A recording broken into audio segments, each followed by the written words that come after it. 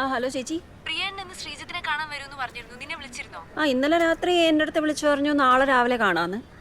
ഞാൻ റെഡി ആയിക്കൊണ്ടിരിക്കുമായിരുന്നു. ദാ ഇപ്പം മെസ്സേജ് അയച്ചിരിക്കുന്നു, ഉച്ചയ്ക്ക് 1 മണിയാകുമ്പോഴത്തേക്ക് എയർപോർട്ടിലോട്ട് വന്നാൽ മതിയെന്ന്. എന്താ ചേച്ചി?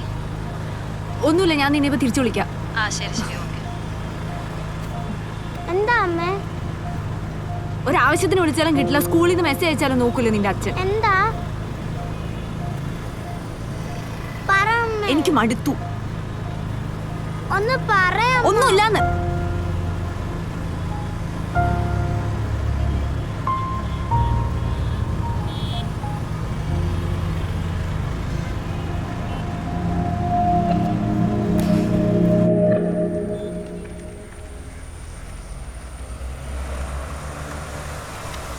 ഇതാ വീട്. എല്ലാവരും ഉണ്ടല്ലോ. നല്ല ബെസ്റ്റ് ടൈമിങ്. ഇവിടെ ഇറങ്ങി ഇനി ചായ ഒക്കെ കുടിച്ചിട്ടാണോ പോകുന്നേ? അല്ല, ശരി.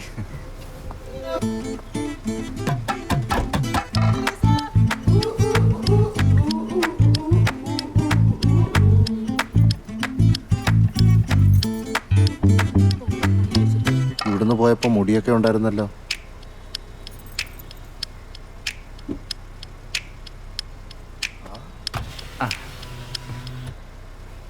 ആരാ?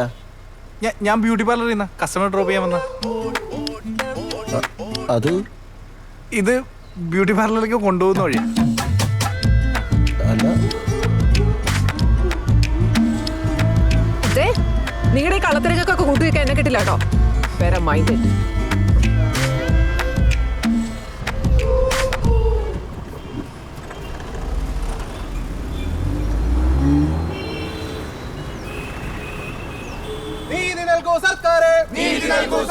ജീവിതമാണ് സർക്കാര്, ജീവിതമാണ് സർക്കാര്. ജോലി നൽകൂ സർക്കാര്, ജോലി നൽകൂ സർക്കാര്. ജോലി നൽകൂ സർക്കാര്, ജോലി നൽകൂ സർക്കാര്. Save CPO rank list, save CPO rank list, save CPO rank list, save CPO rank list. ജോലി നൽകൂ സർക്കാര്, ജോലി നൽകൂ സർക്കാര്. നീതി നൽകൂ സർക്കാര്, നീതി നൽകൂ സർക്കാര്. ജീവിതമാണ് സർക്കാര്, ജീവിതമാണ് സർക്കാര്. എന്താ പ്രശ്നം? ചേട്ടാ, ഞങ്ങള് സാധാരണക്കാരുടെ കാര്യം കേൾക്കാൻ ഇവിടെ ആരുമില്ല. ഇവിടെ മന്ത്രിയൊക്കെ വരുന്നുണ്ടെന്ന് പറയുന്നുണ്ടായിരുന്നു. ഞങ്ങളെയൊക്കെ ആര് മൈൻഡ് ചെയ്യാനാണ്?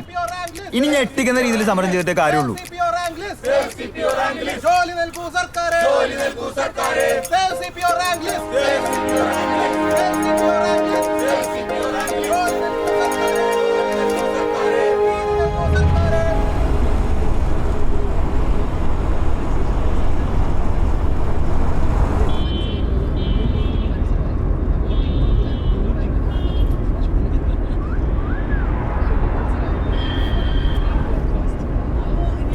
ടാക്സി സ്റ്റാൻഡ് ഒന്നും എത്താറായില്ലേ? എയർപോർട്ടിൽ നിന്ന് എങ്ങോട്ടേക്കാ ട്രാവല്? ഇപ്പൊ എന്തിനാ നിങ്ങൾ അറിയുന്നേ? അല്ല, എനിക്കൊന്ന് ഹോസ്പിറ്റലും ഫ്ലാറ്റിലും കയറിയാൽ മതിയായിരുന്നു. എനിക്കല്ല അത്ര വിശ്വാസമില്ല. ഇനി ഇതുപോലെ വേണ്ടാത്തൊക്കെ വലിഞ്ഞേറി വരുന്ന ആർക്കറിയാം.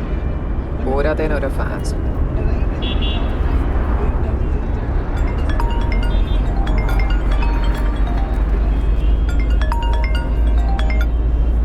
ഹലോ ഹലോ, ഞാൻ ഗിബ്സൺ ആണ്. ഇന്ന് മീറ്റ് ചെയ്യാൻ പറ്റുമോ? ഇന്ന് മീറ്റ് ചെയ്യാൻ പറ്റില്ല. എനിക്ക് കുറച്ച് കാര്യങ്ങൾ സംസാരിക്കാനുണ്ടെന്നേ.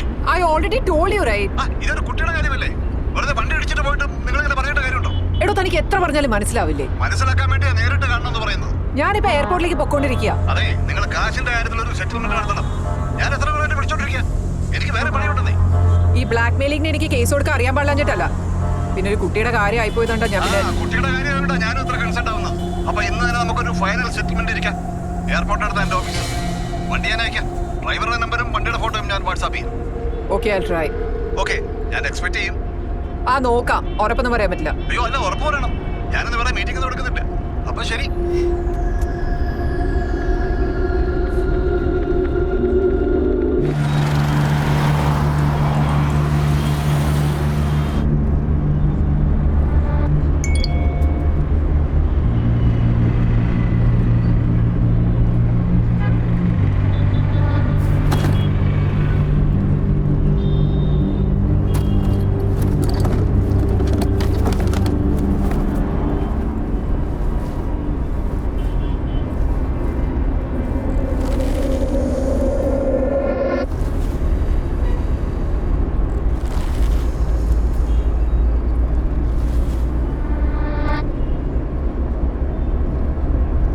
ഡോക്ടർ ഡ്രൈവറിന്റെ പണിയെടുത്താൽ മതി.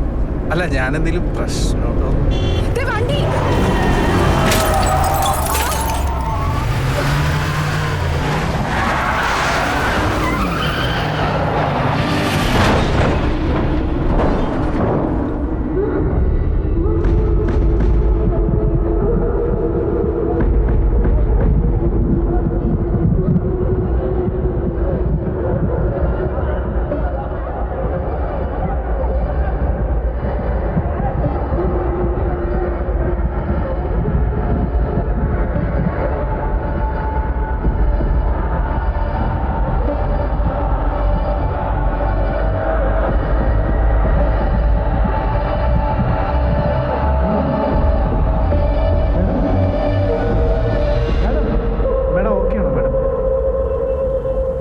ഓക്കെ ആണോ? സോറി, പെട്ടെന്ന് വണ്ടി എടുത്തപ്പോൾ അങ്ങനെ പറ്റിപ്പോയതോ. എവിടെ നോക്കിയാ മിസ്റ്റർ വണ്ടി ഓടിക്കുന്നേ? ഗ്ലാസ് പൊട്ടി കണ്ടില്ലേ? അല്ല, അത് നിങ്ങളല്ലേ റോങ് സൈഡ് വന്നത്. എന്റെ ഗ്ലാസും പൊട്ടിയിട്ടുണ്ട്. ആഹാ, ദേ എന്റെ ചേട്ടനെ നന്നായിട്ട് വണ്ടി ഓടിക്കാൻ അറിയാം. താൻ ഓവർ സ്പീഡിൽ വന്നോണ്ടല്ലോ ഈ ഗ്ലാസ് പൊട്ടി. അല്ല, ഇനി ഇതൊക്കെ ശരിയാക്കി എടുക്കാൻ എത്ര കാശാവും അറിയോ തനിക്ക്?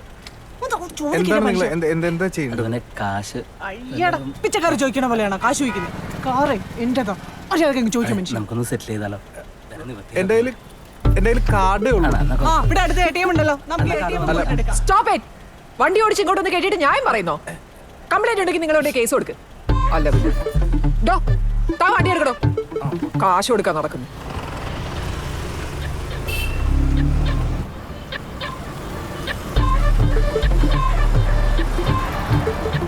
U deserve this. അവരുടെ മിസ്റ്റേക്കിന് അവരുടെ വായിലിരിക്കുന്നതിനെ കേട്ടപ്പോൾ ഒരു സുഖമൊക്കെ തോന്നുന്നുണ്ടല്ലോ അല്ലേ? പറഞ്ഞിട്ട് പോട്ടെ നീ. ഈ സിറ്റിയിൽ ഇങ്ങനെ ഒരു ദിവസം എത്ര വർഷങ്ങളുണ്ടാവും?